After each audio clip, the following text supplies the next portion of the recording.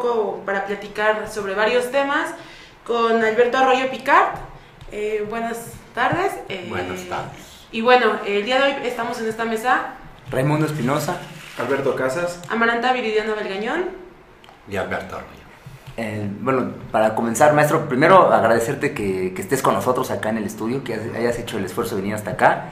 Y digo, en lo personal, porque, bueno, fuiste maestro mío en la UAM y de algunos de los otros compañeros que trabajamos ahora acá en Prometheus, y tenemos un muy buen recuerdo, uno de nuestros buenos recuerdos en la UAM es haber tenido clases contigo, ¿no?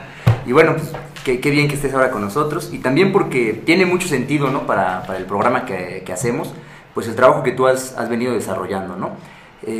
Pienso que una primera pregunta obligada es un poco sobre tu propia formación y tu trayectoria académica, ¿no? Para que los compañeros que nos escuchan y algunos que no te conozcan, algunos que te conocen y no saben esto, pues se puedan enterar, ¿no?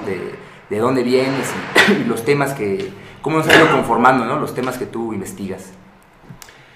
Bueno, pues gracias por la invitación. No, para mí me da gusto participar en estas cosas. Siempre es un placer participar en estas cosas. Bueno, pues hay preguntas lo que quieras, pero digo, básicamente ha sido bastante interdisciplinaria mi formación y he andado en muchas cosas distintas. Ya digamos, de lo más consolidado, digamos, estudié primero filosofía. Tuve allí la suerte de estar con Sánchez Vázquez, con Pereira, dos pensamientos muy distintos, que peleaban entre sí, pero los dos fueron muy importantes en mi formación. Ciertamente mucho más Sánchez Vázquez. Después de la filosofía yo me fui poco a poco derivando más bien a las ciencias sociales, con una formación bastante autodidacta, más por mi cuenta.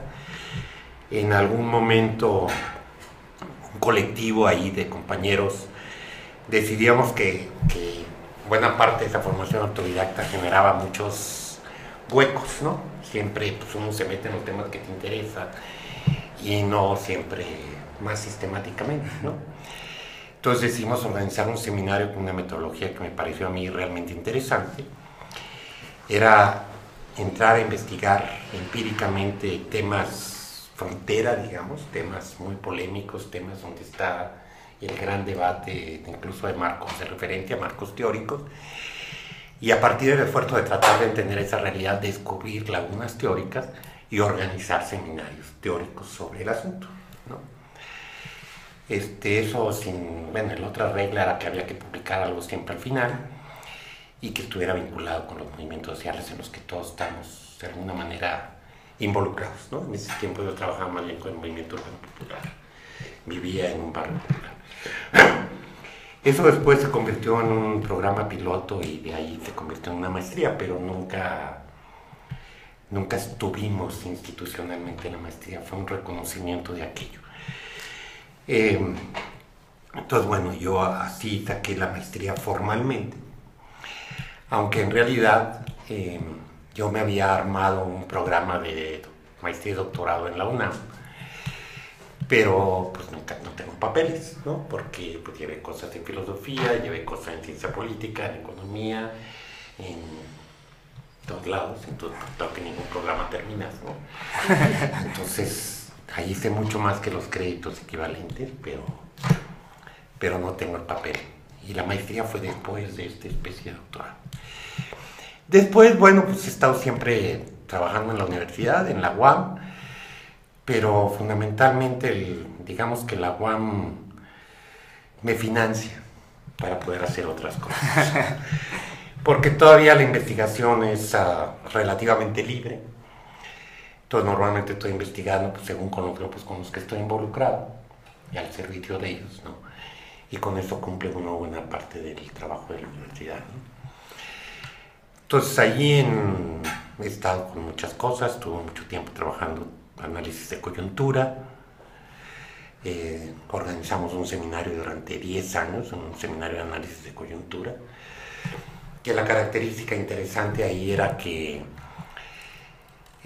nos juntábamos cada 3 meses, dirigentes de movimientos sociales de todos los sectores y académicos, Y esa combinación era lo que permitía hacer verdaderamente análisis de coyuntura, porque desde la academia hay muchas cosas no se enteras y de los movimientos sociales no siempre tienen tiempo para poder sistematizar las cosas. Entonces, esa combinación resultó muy, muy rica.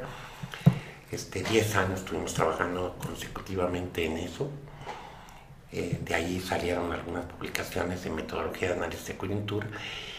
Y bueno, anduve haciendo muchas otras cosas y después ya me metí a la Red Mexicana de Acción Frente al Libre Comercio a trabajar los temas de los tratados de libre comercio. Y pues ahí he trabajado básicamente análisis crítico de los textos jurídicos, balances de resultados de los distintos tratados que México ha tenido y pues propuestas alternativas frente a eso. Se creó después de esto una red continental que se llama la Alianza Social Continental, que enfrentamos al ALCA, ¿no? Que bueno, esa sí fue de las pocas triunfos que uno puede reivindicar, ¿no? Porque estamos surgidos los movimientos sociales de algo de triunfos. Y eso pues sí me permitió, que quizás ha sido mi verdadera formación, circular mucho por América Latina, discutir con muchos grupos, discutir con muchos movimientos, estar en muchos espacios de debate, que creo que he aprendido mucho más que de los libros, y ha sido una formación pues realmente mucho más rica que lo que fue incluso la autodidacta, ¿no? Y bueno, pues eso sí me ha permitido más o menos circular, publicar, pues algunas cosas se han traducido, en fin, ¿no? Hay mucha historia, pues, pero basta con eso. Oye, maestro, para ir entrando un poco al tema, irnos perfilando, todo esto, se habla mucho, ¿no? Del neoliberalismo, la globalización, el libre comercio, los tratados, todos los efectos negativos, etcétera. ¿Cómo, para entrar, qué es lo primero que hay que decir, ¿no? ¿Cómo se puede comprender así a primera vista el tema del neoliberalismo o el tema del libre comercio? ¿Qué es lo primero que hay que entender para a partir de ahí ir construyendo pues una interpretación, ¿no? una comprensión del tema? Mira, por supuesto, algunas de las cosas que voy a decir pues son debatibles. Aquí la gente puede pensar distinto que yo, ¿no? Para eso es pensamiento crítico, pero yo creo que el neoliberalismo en realidad es una nueva etapa del capitalismo. No es solamente una estrategia económica o un modelo económico, sino realmente es una nueva etapa del capitalismo, ¿no? Una etapa globalizada. ¿Y en qué están las diferencias? Uno diría, bueno, la globalización viene, o la internacionalización del capital, pues ese es de los orígenes del capitalismo, ¿no? Es decir, nació con orígenes internacionales, ¿no? Pero hay algunas características nuevas que lo hacen desde mi punto de vista, una nueva etapa.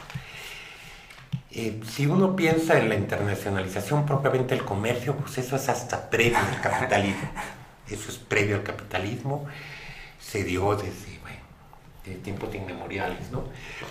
Nuestro propio continente tenía comercio con Asia, entonces, bueno, que los incas tengan comercio con Asia, pues ya te indicaba algo, ¿no?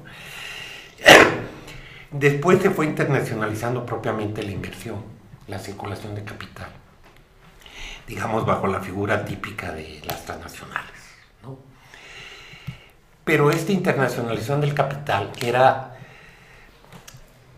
trasladar inversiones hacia afuera, pero de alguna manera se generaban fábricas gemelas en distintos países, ¿no? La Ford tenía fábricas por todos lados del mundo, etc. No era lo que es nuevo realmente con esta globalización neoliberal, es el que se internacionaliza el proceso productivo como tal. Es lo que llamamos la fábrica dispersa, la fábrica global, ¿no? No es simplemente la internacionalización de la inversión o del capital, que eso también tiene mucho tiempo, sino que se rompen de tal manera las barreras, y por eso era importante el famoso llamado libre mercado, para poder integrar cadenas productivas y procesos de trabajo globalmente. Y esto va a tener un montón de consecuencias. Si el proceso de trabajo propiamente, las relaciones sociales de producción para producir la mercancía, no solo la relación social de producción en el sentido de la división internacional del trabajo, sino el proceso propiamente de trabajo se vuelve internacional. El proceso de acumulación de capital, el proceso de extracción de plusvalor se vuelve internacional.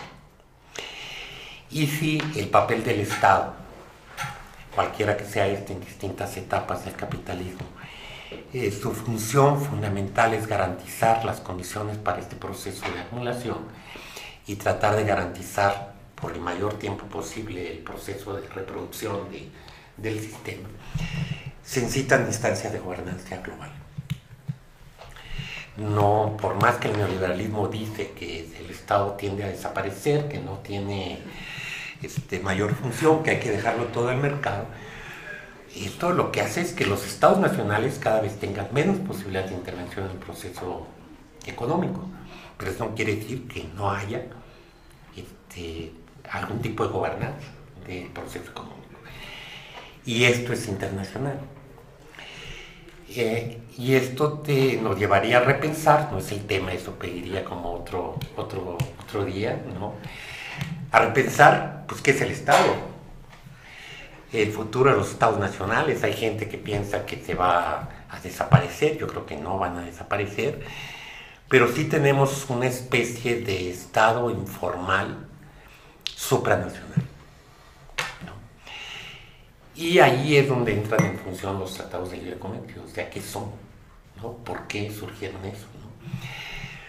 Porque el proceso no puede funcionar sin algún tipo de regulación internacional o de desregulación internacional, como quieras que no, pero es eso, la regulación es que no hay regulación, pero sin algún tipo de gobernanza. Hoy se está volviendo a hablar de eso, pues, por la crisis global, ¿no? Pero en los hechos está funcionando.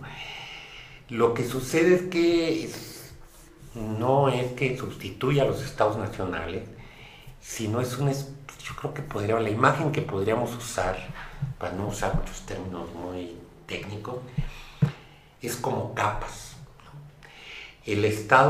Los estados nacionales forman parte de una estructura política mucho más amplia, que sería lo que podemos hablar del Estado global o el Estado transnacionalizado. No es una relación simplemente de dependencia o de subordinación, sino es parte de un sistema, de una estructura política global mucho más amplia. Entonces podríamos empezar a pensar en un Estado transnacionalizado en lo cual los Estados nacionales tienen su papel. Claro, hay otros que dicen que van a desaparecer, pero no van a desaparecer. Creo que hay muchas cosas que a ellos les conviene que sigan siendo nacionales, como el salario, por ejemplo, ¿no? Eso nunca se transnacionaliza, ¿no? Claro. No se crea un mercado laboral de libre circulación de capitales y mercancías, pero no de mano de obra. Y las regulaciones laborales tienden a ser nacionales precisamente para aprovechar las ventajas que tienen, que en otros países las leyes no se cumplen, ¿no? Pero tan es real que existe esta especie de... Ahora, este Estado también... Hablamos mucho de la privatización de las empresas, del sector público, como si esa fuera la única forma como el Estado interviene en la economía. El Estado interviene en la economía de muchas maneras, ¿no? Y el hecho de la empresa pública tiene su razón de ser, pero no es la única, ¿no? Entonces, lo que más bien tendría uno que pensar es en el neoliberalismo, ¿cuál es el papel del Estado? Y el papel del Estado nacional y el papel del Estado transnacionalizado. Pero este Estado transnacionalizado es también una composición de elementos formales, institucionales, y elementos informales, de poderes fácticos y de poderes institucionalizados. A ver, existen instituciones internacionales globales. Está, bueno, todas las instituciones financieras internacionales, que ya son muy conocidas, muy habladas, más o menos conocidas, ¿no? Banco Mundial, Fondo Monetario, etc. Pero es un mecanismo global que está regulando la economía. Regulando o desregulando, como le quieran hablar, pero que está interviniendo en la dinámica económica global. Está condicionando y orientando la dinámica económica global. Existen instituciones como la OMC, la Organización Mundial de Comercio, que está intentando precisamente abrir fronteras y desregular, pero se está metiendo cada vez más en otros temas, no solamente, no es el GATT ya de sistemas puramente arancelario, se está metiendo en otros temas, ¿no? Propiedad intelectual, inversión, etc. Pero existen una serie de factores informales que en los hechos son los que están tomando las decisiones y están orientando la economía mundial. G20 o G7, ¿no? G20 es más un disfraz, ¿no? O una ampliación del G7 para darle legitimidad del G7, ¿no? La OCDE, de hecho, están orientados y no tienen quién los eligió, cuál es la institucionalidad, cómo funcionan, pero son grupos reales de poder y ahí se están tomando las decisiones. El foro de Davos, ¿no? Entonces la propia clase, la clase también se transnacionalizó y no es que sea otra clase, si es la fracción dominante de la burguesía, del capital, es transnacionalizado. Existe una clase capitalista global, que global no quiere decir que está fuera, es transnacionalizada, está en los países pero trasciende los países, ¿no? Pero existe una clase capitalista global. Y esa clase capitalista global, directamente, como sector privado, se ha creado sus propias instancias de ejercicio del poder. Foro de Davos, bueno, los que hemos hablado, OCDE, G20, G7, y bueno, hay un montón de grupos, ¿no? El foro ahora que acá no está nuestro presidente en China, ¿no? Son grupos reales, ¿no?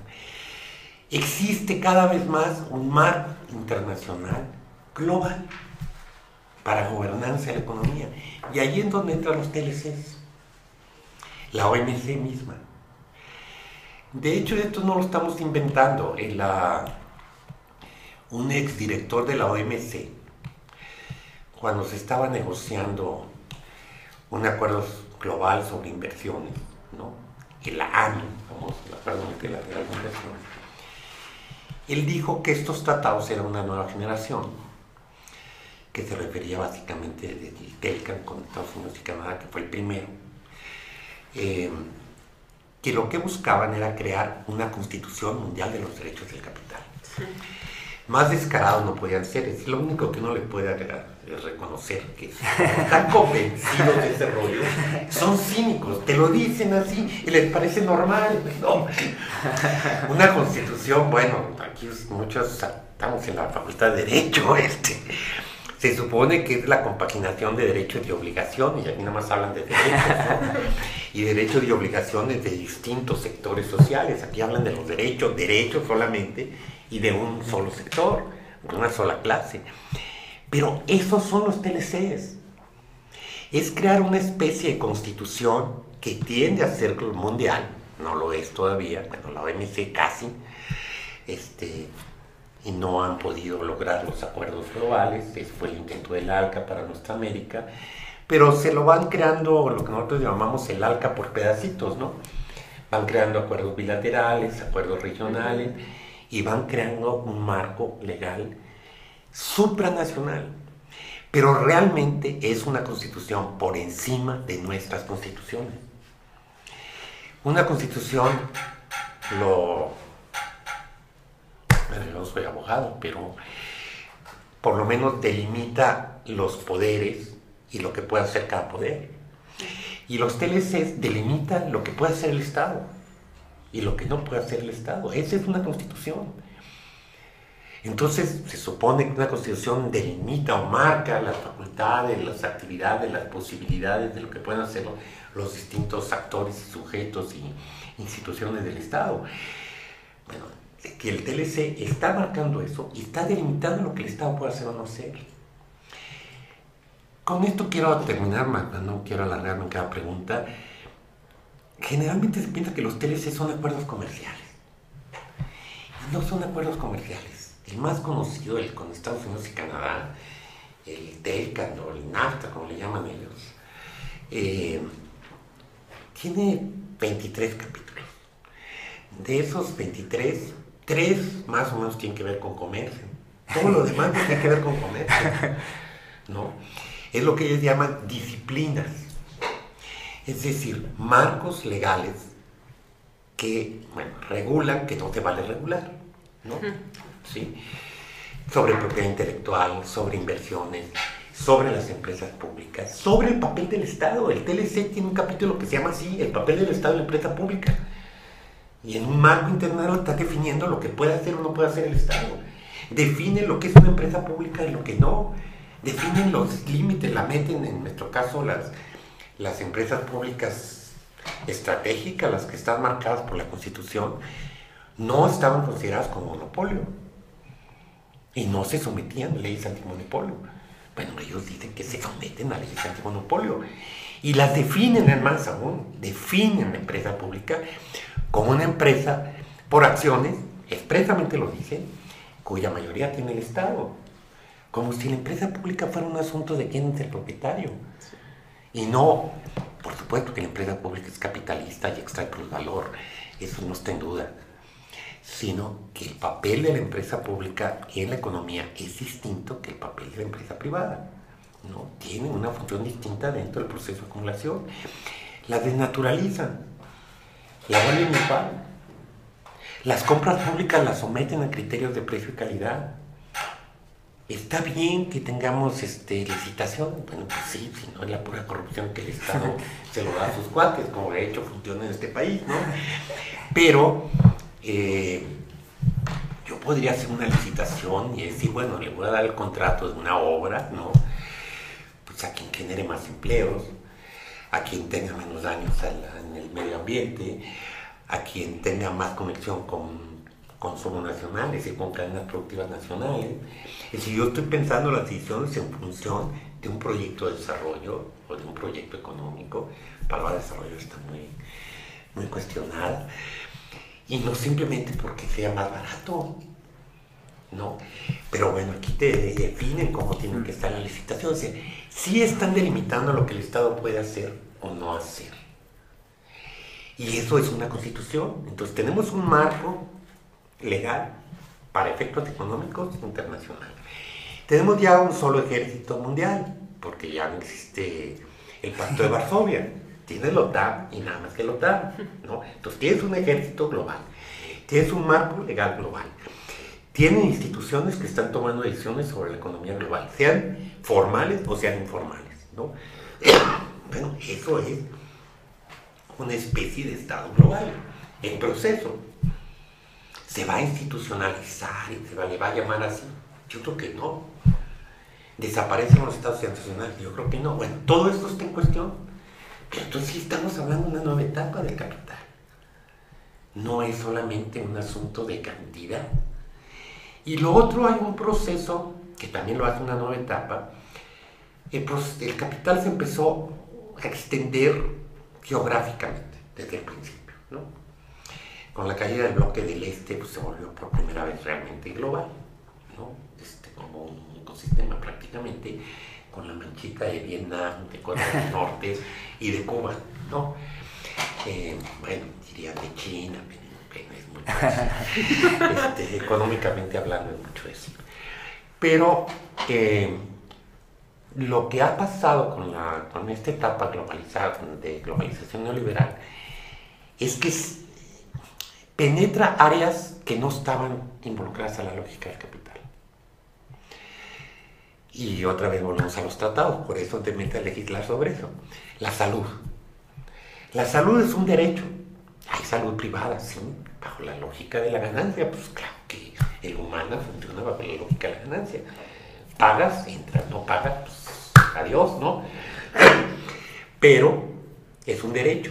Si no tienes dinero, se provee. Es lo mismo la educación, ¿no? Esas áreas están tratando de romperse y de ser penetradas a la lógica de la ganancia, a la lógica del capital, ¿no? El agua, o sea, en general los servicios públicos, pero muchas áreas de la vida, ¿no? Están cada vez más penetradas por la lógica de la ganancia y del capital. Eso no era, el capitalismo se había ido extendiendo, pero no había penetrado en muchas áreas de la vida. Hoy casi toda la vida está penetrada por la lógica de la ganancia y del capital, ¿no? Entonces, estamos, bueno, no es el tema ahorita, pero hay como muchas características que te hacen decir, es una nueva etapa. Y los tratados, pues es eso, es convertir en legislación supranacional toda esta lógica neoliberal. Y de hecho, si tú ves del origen, el caso de México, pero tiene muchos factores, también hay factores internos y nacionales. El enemigo no está nada más afuera, lo tenemos aquí adentro. Es muy peligroso siempre decir es que te pusieron una pistola en la cabeza, ¿no? Y te hicieron que firmaras. No, aquí había gente que lo quería, ¿no? Pero nace ante un análisis que hacen los estadounidenses, preguntándose si el modelo neoliberal, tan maravilloso para ellos, podía permanecer sin gobiernos aliados, o sea, sin amigos en los gobiernos. Y contestan que no. Con todo y que sabemos lo que fue la presión del Fondo Monetario, del Banco Mundial, para introyectar todos los cambios de ajuste estructural que fue dando origen al neoliberalismo en México, ¿no? Fue inducido. Con todo y eso no se podía sostener sin gobiernos amigos. Entonces, preguntan, entonces, ¿cómo le hacemos? Bueno, pues hay que amarrarle las manos por si llegan gobiernos izquierdosos, ¿no? Tenemos que tener un marco legal obligatorio con mecanismos reales para hacerlo cumplir, porque no es de chiste, esa ley sí es para cumplirse, ¿no? De tal manera que si llega un gobierno izquierdoso, raro, distinto, está acotado, o sea, lo que puede cambiar o no cambiar es relativamente poco. No digo que no se pueda, pero tienes que generar una correlación de fuerza internacional para poder romper con estos tratados. Ya no es cuestión de una correlación de fuerzas internas. Entonces, como que consolida el modelito neoliberal. Entonces, no es igual que esté convertido en ley supranacional a como fue de 82 a 94, ¿no? Que funcionaba, pero al final pues podía cambiar la correlación de fuerza interna y modificar la orientación y tratar de revertir muchas cosas. Ahorita ya no es así. Y después si le agregas que Miguel Tiempo ahorita ha firmado tratados con 57 países, pues cada vez es más difícil. Al final se vuelve también una lucha global. Ya no es una lucha nacional. La burguesía se ha transnacionalizado, es una clase global. Y el movimiento social está haciendo el esfuerzo, en muchos sentidos avanzado, para convertirse en un movimiento global. No, con más dificultades, pero este Foro Social Mundial, ahí está la Alianza Continental, ahí está la Red, nuestro mundo nos depende, en fin, un montón de espacios globalizados de la lucha social. Que bueno, ese también es otro tema, el estado actual en el que están, ¿no? Sí, claro. Y precisamente esto que apunta, ¿no? Es bastante interesante porque vemos en las facultades de Derecho que un tema que es de eterna discusión y que ya no lo es tanto es precisamente el lugar que ocupan los tratados respecto de la Constitución, ¿no? Y a la par que se daban estas discusiones en las aulas, veíamos, por ejemplo, el fortalecimiento de una institución como la OMC y la generación de nueva reglamentación, ¿no? Esta idea de un derecho que incluso esté por encima del derecho estatal, ¿no? Que pretende hasta el final pues consolidar el neoliberalismo como proyecto pues global, ¿no? Y en ese sentido, por ejemplo, México, ¿no? Se ha visto, tal vez no de manera tan obligada, pero sí o sea, a partir de la entrada en vigor del Tratado de Libre Comercio, pues ha visto la necesidad de reformar estructuralmente todo lo que implicaban los derechos, o sea, destruir los derechos sociales en el país, o destruir las grandes conquistas de las masas, ¿no? Y bueno, en ese sentido no sé si nos podría hablar como un poco de cuáles han sido las implicaciones para México al aceptar la entrada en vigor del Tratado de Libre Comercio, que si bien no es el único, si bien a ser el que ha sido, o sea, el central para la realización de estas reformas tan importantes. Mira, lo primero es jurídicamente. Yo creo que no hay duda de que los tratados están debajo de la Constitución. Eso está toda la jurisprudencia, a pesar de que la Constitución, el texto de la Constitución, dice, prácticamente los pone al mismo nivel. Dice, esta Constitución, los tratados que negocia el Ejecutivo con el respaldo del Congreso, son ley suprema de vida. Pero bueno, está toda la jurisprudencia de hace muchos años de que están debajo de la Constitución. Y los hechos están por encima. ¿Por qué? por el mecanismo de solución de controversias de los tratados. No se dirime en tribunales, se dirime en arbitraje. Y el árbitro, lo único que va a tomar en cuenta es lo que firmaste. Es como un contrato, ¿no? Entre el casero y el que vive en la casa, pues firmaron un contrato. Si tú te vas con un árbitro, la única ley aplicable es el contrato. Señor, usted firmó aquí que iba a aceptar 100% de aumento de renta al primer año. Oye, es que eso es agiotismo, es que sí, que la ley, que no sé. Pues sí, señor, usted firmó. O sea, es un contrato privado. Estamos hablando de derecho privado internacional. No es derecho público, eso es lo más grave. Los tratados son derecho privado. Bueno, ahí hay una discusión, pero lo manejan. Te dirime en tribunales privados. Acaban, bueno. Entonces, si se dirime y la única ley aplicable es el tratado, pues está por encima. Tú no puedes alegar, es que mi constitución dice. Pues sí, señor, pero usted firmó. Y lo más grave, en el caso de México, es que la Constitución marca que el Senado no puede aprobar un tratado que sea contradictorio con la Constitución. Entonces, si el Senado lo avaló, el Senado está diciendo que es constitucional. Entonces, yo no tengo por qué irme a la Constitución. Sino, aquí dijeron que no había contradicciones con la Constitución. Entonces, pues se aplica el tratado. ¿Y quién cumplió? Pues tú. Tú no, pues ahí va el castigo. Entonces, los hechos se vuelven un marco por encima de nuestra Constitución. Más aún en el caso de México, es muy grave. Ya parece que estos son, bueno, ya ni para qué uno saca esas cosas que son deprimentes, pero la diferencia entre NAFTA y TELCA no es traducción. Para Estados Unidos es agreement, no es tratado. Y el agreement, allá existe la figura constitucionalmente de tratado. Y el tratado está en la máxima jerarquía, el agreement no. El agreement está por debajo de las leyes federales. Entonces ellos sí pueden alegar cualquier ley federal para no cumplir el tratado. Además, perdón que vaya a decir esto ante abogados, pero se vale usar palabras un poco más. Claro, no, lo hace más emocionante.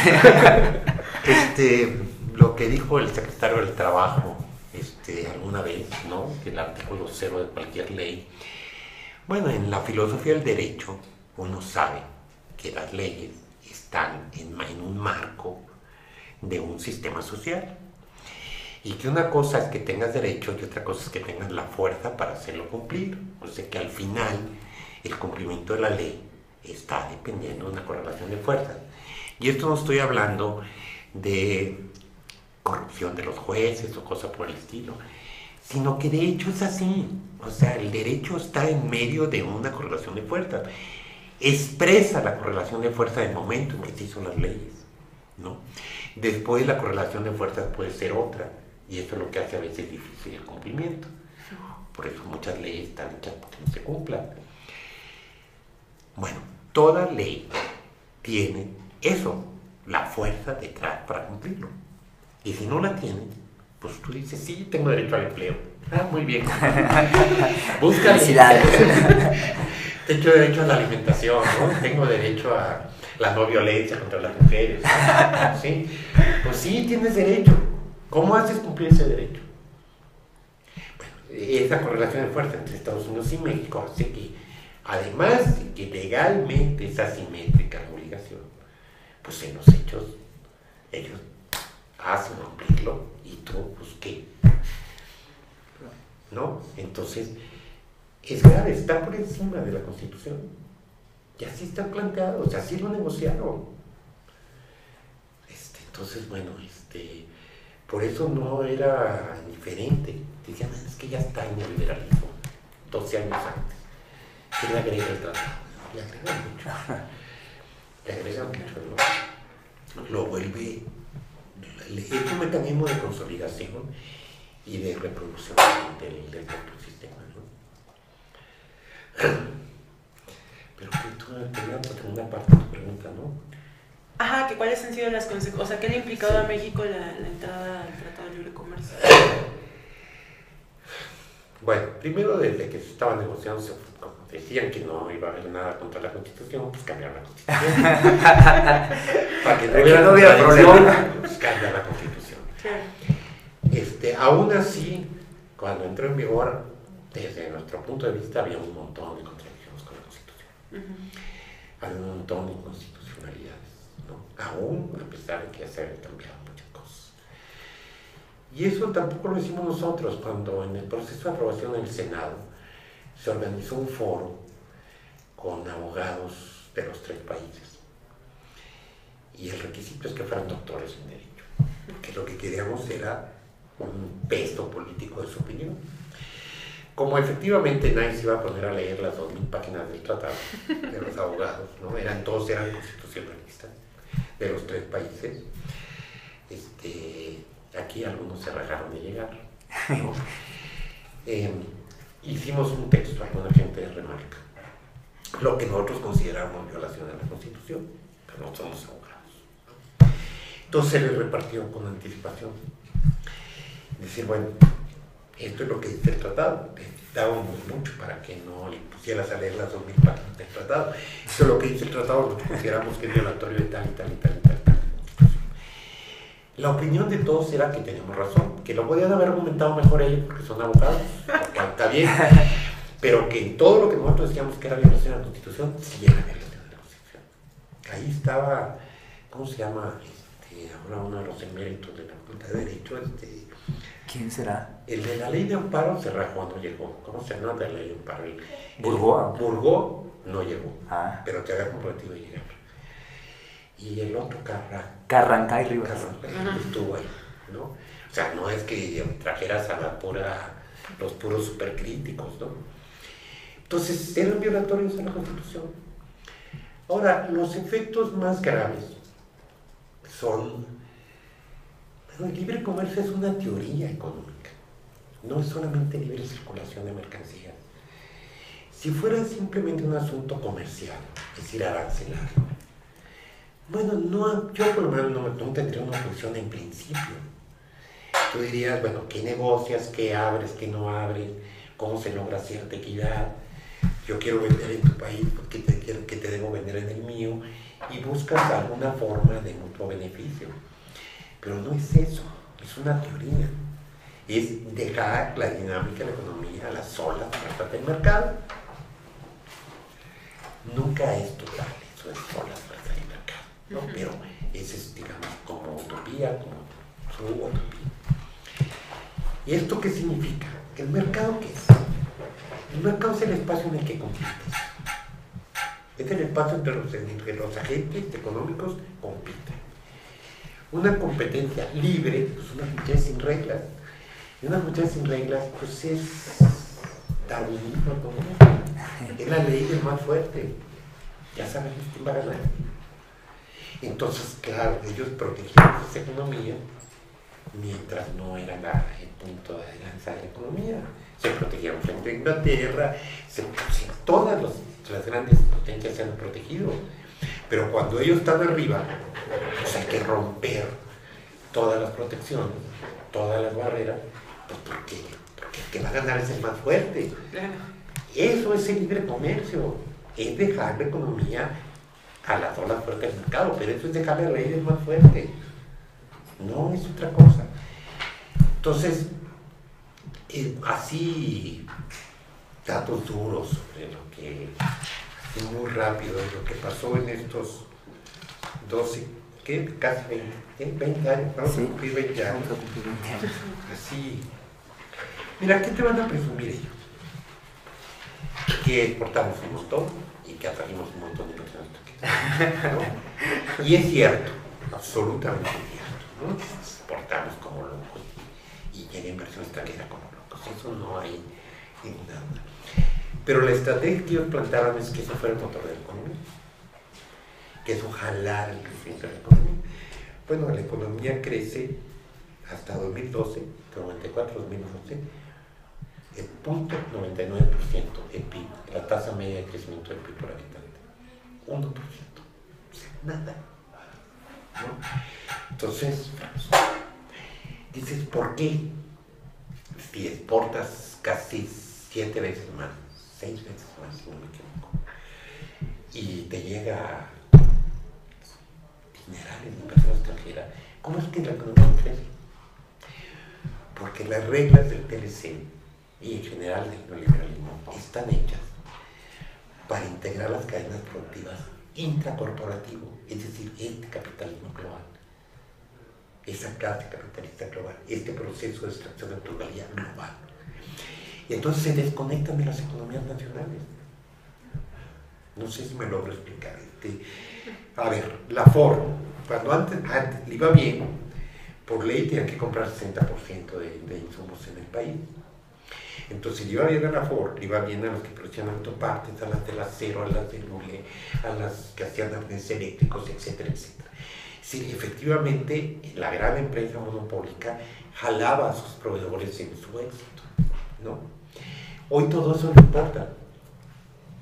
Entonces se vuelven como enclaves dentro del país, desconectados del conjunto de la planta productiva. Entonces crecen ellos, pero el país no crece. Y crecen muchísimo. Pero es muy pocas, aunque sean muy poderosas empresas, pero muy pocas. Entonces, eso es lo que hace que crezca un punto porcentual, el conjunto de la economía. Cuando la pequeña y mediana empresa pues o quebró o sobrevive, pero no crece. Entonces, en la estrategia de la máquina jalando a los carros, pues se desconectaron. Y entonces dices tú, ¿por qué se desconectó? ¿Por qué no compran en el país? Dicen, pues porque la empresa mexicana no es competitiva. Poblados estúpidos, ¿no? Pues no. Primero porque la empresa transnacional no está obligada, habría concurso. El Estado sí, ellos no. Entonces compran a quien quieren. Entonces no puedes decir que no entraron mexicanos porque no fueron competitivos, porque ni siquiera hay un mecanismo para que compitan, ¿no? El Estado compra con nuestro dinero y sí está obligado a abrir a la empresa internacional concurso, y la Ford no, o Hewlett Packard, o quien sea. Ahora, en realidad, te dicen, bueno, sí, pero no son tontos, van a comprar mejor postor. Pues no es cierto. Hay un caso que yo seguí, porque además era un empresario que estaba contra el tratado, entonces seguí con mucho detalle, ¿no? Producía balatas para la industria automotriz. Y era mediana, más bien grandecita. Digo, no era monopolio, pero sí. Dejaron de comprarle. Empieza a averiguar por qué. Después, no, con la historia larga, finalmente le confiesan que sus balatas son de mejor calidad que las que actualmente compran y a un precio similar. Entonces dicen, bueno, entonces, ¿por qué me dejan de comprar? Y le dicen, oye, perdón, es que no hay mejor negocio que comprarme a mí mismo. Si yo produzco balatas en Singapur, pues ¿por qué las voy a comprar en México? O sea, la lógica, todos los capítulos, las de reglas de origen, los requisitos de empeño a la inversión, es decir, si tú te vas casi capítulo por capítulo en el tratado, favorecen la cadena productiva global, la integración del corporativo, el integrar sus fábricas a lo largo del mundo, pero se desconectan de la economía nacional. Ponen en la economía nacional lo que les convenga, o sea, porque ahí tienen la materia prima básica, ¿no? Minerales, por ejemplo, o por la mano de obra barata, o por los que aquí no te exigen requisitos ambientales serios, o por lo que tú quieras, pero se van a integrar, van a comprar fuera. Entonces, por eso, a pesar de que aumenta la exportación y aumenta la inversión, la economía no crece, ¿no? Entonces, pues, fue un fracaso. Te dicen que iba a generar más y mejores empleos, ¿no? Pues bueno, ya, creo que eso está más o menos claro. Y además, si le agregas el desempleo oculto, todas las cosas son mucho peores, ¿no? Se reconocen 2,5 millones de desempleo, en los cálculos míos del desempleo oculto son 11 millones. O sea, con el desempleo oculto son 11 millones. Con las cifras del INEGI. No estoy hablando de otras, ¿no? La precarización del empleo es impresionante. De los pocos empleos que han creado, 2/3 no cumplen con la ley. Así no, o sea, no tienen las 3 prestaciones mínimas de la ley federal del trabajo. Aguinaldo, vacaciones pagadas y seguridad social. 2/3. Entonces, bueno, pues ¿dónde está un mayor empleo? si esto fuera tan maravilloso, pues no se irían 500,000 migrantes cada año, ¿no? Entonces los efectos, quizá el efecto más grave es bloquear la posibilidad a futuro, no solo a presente, de que el Estado se vuelva, pues ya depende de los consensos de las fuerzas sociales, o promotor, o al menos conductor de un proyecto nacional construido, consensado, ¿no? Le limita la capacidad del Estado de hacerlo. Y desconectó las cadenas productivas nacionales, que durante casi 50 años México ha tratado de hacer, ¿no? Para tener valor agregado, ¿no? Conectar, integrar la industria, ¿no? Había una política industrial durante los 50 para acá. Todo eso se desmanteló, totalmente se desmanteló. En 82, el contenido mexicano de las exportaciones era cerca del 90%, cuando empezó el neoliberalismo. Estamos incluyendo la música. Tampoco exportábamos mucho, pero lo que exportábamos era mexicano. En este momento no llega al 30. No llega al 30. Y de ese 30, pues depende del sector que estés hablando. Vas a hablar del 10 hasta el 20% del salario. Entonces, la maquila es la mitad de las exportaciones, 45% de las exportaciones. Compran en el país, ahí sí se cuenta mano de obra, compran en el país 3% de sus componentes. Entonces, ¿qué va a jalar el resto de la economía? Entonces, desintegró las cadenas productivas nacionales. Yo creo que es el efecto más grave. Acabó de darle la puntilla al campo, ¿no? Que también, bueno, ahí hay información por mayor, ¿no? Y la mejor política de combate a la pobreza es expulsarlos para que luego te mantengan tu familia. Antes de esta crisis de Estados Unidos, antes de 2008, 2009, lo que manda las remesas era más que la suma de todos los programas sociales. Entonces, el verdadero combate a la pobreza es sácalos y que ellos mantengan a su familia. Entonces, bueno, así nomás para plantear los efectos reales del tratado, ¿no? Es decir, el campo, bueno, el campo, ¿cómo vas a competir? Deja tú el competir, que bueno, era obvio que no podíamos competir. Se supone que te protegían 15 años con el TLC. Durante casi 7, no, como 5, no se cobraron los aranceles que estaban derecho a cobrar. ¿Por qué? Pues porque mejor abarataron las importaciones. ¿Para quién? Pues para la seca, ¿no? O sea, si no le cobro los aranceles, entra más barato el maíz. Sí, claro. ¿Y a quién está favoreciendo? Pues a las harineras, ¿no? Aunque les echen la madre a los campesinos. Para cuando sacaban su producción, pues con qué compiten. ¿Y por qué el precio es tan distinto? Es en parte un asunto tecnológico, de las tierras, de mil cosas, pero también es del subsidio norteamericano. O sea, no puedes competir contra esos subsidios. Entonces, bueno, es nomás para hacer un vistazo de los efectos reales del tratado.